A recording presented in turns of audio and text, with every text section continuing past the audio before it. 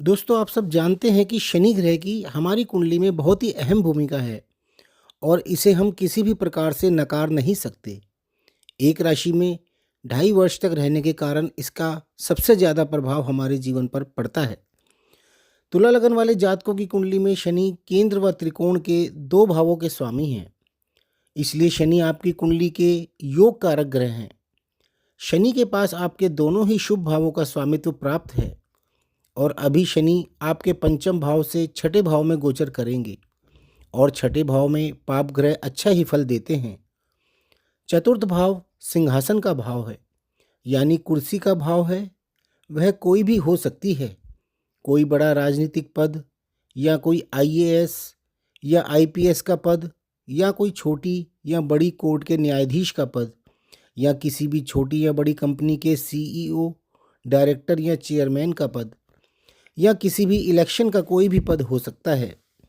इसके अतिरिक्त चतुर्थ भाव आपके मकान, दुकान, ऑफिस, फार्म हाउस या छोटी या बड़ी से बड़ी संपत्ति को भी दिखाता है और आपके छोटे से लेकर बड़े तक सभी वाहनों को भी दिखाता है, जिसमें साइकिल से लेकर टू व्हीलर, सभी कारें, बसें, शिप्स, एरोप्लेन, हेलीकॉप्टर सभी आ जाते हैं। इसके अतिरिक्त हमारे जीवन में हमें प्राप्त होने वाले सभी सुखों का भी यही भाव है। हमें कब और कितना सुख प्राप्त होगा वो यही भाव बताता है। हमारी माँ से हमारे संबंध कैसे रहेंगे वो भी यही भाव से पता चलता है। इसी प्रकार पंचम भाव संतान का है, आपके अफेयर्स का है, पिछले जन्म में आपके द्वारा कमाए गए पुण्य कर्मों का है, शेयर्स व सट्टे से इनकम का है, आपकी शिक्षा का है। आपकी शिक्षा में कितनी परेशानियां आएंगी या नहीं आएंगी वो भी यही भाव बताता है। इन दोनों भावों के स्वामी छठे भाव में रहकर अपने फल देंगे।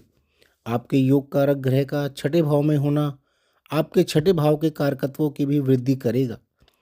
छठा भाव कंपटीशन, जॉब, कर्जे, आपके दुश्मन, बीमारी, कोर्ट केसेस या झगड़े आदि का है। यह समय आपके किसी भी प्रकार के कंपटीशन में सक्सेस पाने का है, चाहे वह कोई एग्ज़ाम हो या इलेक्शन हो, उसमें आपकी सफलता के योग बनेंगे। जॉब मिलने के चांसेस बनेंगे। कोर्ट केसेस में भी आपके विजयी होने के चांसेस बढ़ेंगे, क्योंकि आपकी कुंडली का योग कारक ग्रह शनि छठे भाव में आकर छठे भाव के कारक तत्वों के भी अच्छे फल ही देगा और छठे भाव में पाप ग्रह अच्छा फल ही देते हैं और शनि एक पापी ग्रह ही हैं। इसके अतिरिक्त यह समय आपके किसी पद पर आसीन होने का है। आपके द्वारा कोई बड़ी प्रॉपर्टी भी परचेज की जा सकती है, कोई बड़ा वाहन भी खरीदा जा सकता है। संतान प्राप्ति या संतान की तरफ से खुशखबरी मिलने का समय है। संतान की जॉब लग सकती है। संतान की इनकम होना स्टार्ट होगी, क्योंकि पंचम भाव का स्वामी छठे भाव में जाकर पंचम भाव की वृद्धि कर रहा है। तो इस समय में संतान से संबंधित अच्छी खबरें मिलना तो तय है। शेयर्स, लॉटरी या जुए से भी इनकम हो सकती है। आपकी शिक्षा या संतान की शिक्षा में आपको अच्छी उन्नति होती दिखाई देगी। आपके द्वारा किए गए पूर्व जन्म के पुण्य कर्मों के प्रभाव से आपके साथ सभी कुछ अच्छा ही अच्छा होगा।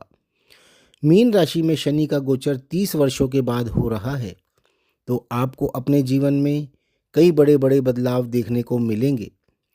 30 वर्ष पहले जो अच्छे कार्य आपके साथ हुए थे, हो सकता है वही शुभ कार्य अब आपकी संतान के साथ भी हो सकते हैं या उससे कई गुना अच्छी तरह भी हो सकते हैं। आपके छठे भाव से शनि की दृष्टि आपके अष्टम भाव, 12वें भाव और तीसरे भाव पर होगी। अष्टम भाव सीक्रेट चीज़ों का है, या हम कह सकते हैं कि अचानक से होना, जो हमने सोचा भी नहीं होता। इस समय में आपको कई ऐसे लाभ भी होंगे जो आपने सोचे भी नहीं होंगे, यानी जो बिना मेहनत के अचानक से ही मिल जाते हैं। कोई पुरखों की प्रॉपर्टी मिल जाना या ससुराल पक्ष से अचानक कोई लाभ हो जाना, कोई रिश्वत का पैसा आना या अच्छा खासा दहेज मिल जाना, कोई बड़ी लॉटरी लग जाना आदि। इसके अतिरिक्त यह सीक्रेट एजेंसीज या रिसर्च वर्क वाले लोगों के लिए भी उत्तम समय है। ससुराल पक्ष से रिश्तों में सुधार का समय है। यह भाव आयु का भाव भी होता है और इस भाव पर शनि की दृष्टि आपकी आयु को भी लंबा करती है। इसके अतिरिक्त शनि की दृष्टि आपके 12वें भाव पर भी होगी, जो कि विदेश का, आपके खर्चों का, आपके बेडरूम यानी शैया सुख का भी है और इसके अतिरिक्त हॉस्पिटल का भी है। यह समय आपके शुभ कार्यों पर खर्चा होने का समय है।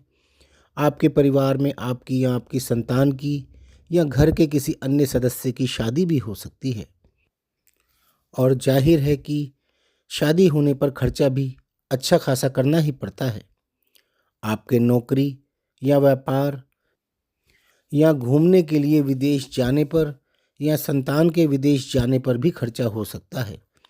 अन्यथा किसी ऑफिशियल टूर पर, ऑफिशियल खर्चों पर भी विदेश जाना हो सकता है। विदेश में आप अपनी मौज मस्ती, खाने पीने व घूमने फिरने पर अच्छा खासा खर्चा कर सकते हैं। शनि की 12वें भाव पर दृष्टि आपको किसी बड़ी बीमारी से भी छुटकारा दिला सकती है, यानी आप समय रहते इलाज करवाकर सही सलामत अपने घर पहुंच जाएंगे। इसके अतिरिक्त शनि की दृष्टि आपके 3रे भाव पर भी होगी, जो कि आपके भाई बहन, आपका ट्रांसफ़र, आपकी क्रिएटिविटी, आपके पड़ोसी आदि का है। यह समय आपकी इच्छा अनुसार आपके ट्रांसफ़र का भी है, या आप अपना मकान कहीं और अपनी मनपसंद जगह शिफ्ट कर सकते हैं, या आप अपने नए मकान में शिफ्ट कर सकते हैं, या अपना ऑफिस नई जगह शिफ्ट कर सकते हैं। आपके भाई या बहन का ट्रांसफ़र या शादी भी हो सकती है। इस समय में आपको अपनी क्रिएटिविटी दिखाने के भी कई मौके मिलेंगे और आप उसके लिए एप्रिशिएट भी किए जाएंगे। 15 मई 2025 को गुरु आपके अष्टम स्थान से निकलकर 9वें भाव में मिथुन राशि में गोचर करेंगे और उनकी सप्तम दृष्टि धनु राशि पर आपके 3य भाव पर होगी, यानी आपके 3य भाव पर 1 साल के लिए शनि व गुरु का दोहरा गोचर रहेगा और यह भाव पूर्ण रूप से एक्टिव रहेगा और आपको 3रे भाव के कारकत्वों के फल निश्चित रूप से प्राप्त होंगे।